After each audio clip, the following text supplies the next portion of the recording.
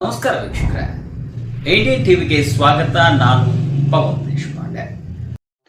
ರಾಮದುರ್ಗ ತಾಲೂಕಿನಲ್ಲಿ 17/11/2024 ವಿದ್ಯುತ್ ವ್ಯತ್ಯಯ.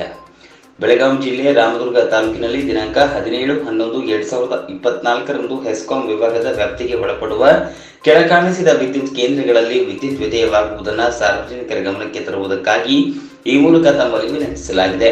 110 ಕೆವಿ ವಿತರಣಾ ಕೇಂದ್ರದಿಂದ ಬರುವ 110 ಕೆವಿ ವಿತರಣಾ ಉಪಕೇಂದ್ರ ಮಾರ್ಗದಲ್ಲಿ 3ನೇ ತ್ರೈಮಾಸಿಕ ನಿರ್ವಹಣಾ ಕೆಲಸ ಹಾಗೂ ಇತರೆ ತುರ್ತು ಕೆಲಸಗಳ ಸಲುವಾಗಿ ಈ ಕೆಳಗೆ ಕಾಣಿಸಿರುವ ದಿನಾಂಕ ಹಾಗೂ ಸಮಯದಲ್ಲಿ ವಿದ್ಯುತ್ ಪೂರೈಕೆಯಲ್ಲಿ ವ್ಯತ್ಯಯ ಉಂಟಾಗಲಿದೆ. ವಿದ್ಯುತ್ ಪೂರೈಕೆ ವ್ಯತ್ಯಯವಾಗುವ ವಿದ್ಯುತ್ ಕೇಂದ್ರಗಳ ಹೆಸರು, ದಿನಾಂಕ ಮತ್ತು ಸಮಯ.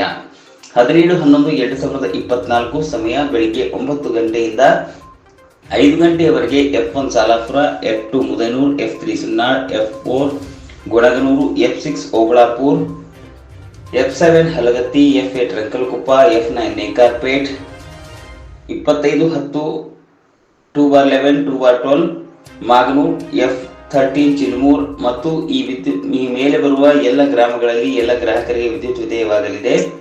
ವಿದ್ಯುತ್ ಪೂರೈಕೆಯಲ್ಲಿ ಸುವ್ಯವಸ್ಥೆಯನ್ನು ಕಾಯ್ದುಕೊಳ್ಳುವುದಕ್ಕಾಗಿ ನಿರ್ವಹಣಾ ಕೆಲಸಗಳನ್ನು ಕೈಗೆತ್ತಿಕೊಳ್ಳುವ ಈ ಸಂದರ್ಭದಲ್ಲಿ ಆಗುವ ವಿದ್ಯುತ್ ವ್ಯತ್ಯಯಕ್ಕೆ ಸಾರ್ವಜನಿಕರು ಮತ್ತು ಗ್ರಾಹಕರು ಹುಬ್ಬಳ್ಳಿ ವಿದ್ಯುತ್ ಸರಬರಾಜು ಕಂಪನಿಯೊಂದಿಗೆ ಸಹಕರಿಸುವಂತೆ ಈ ಮೂಲಕ ವಿನಂತಿಸಲಾಗಿದೆ.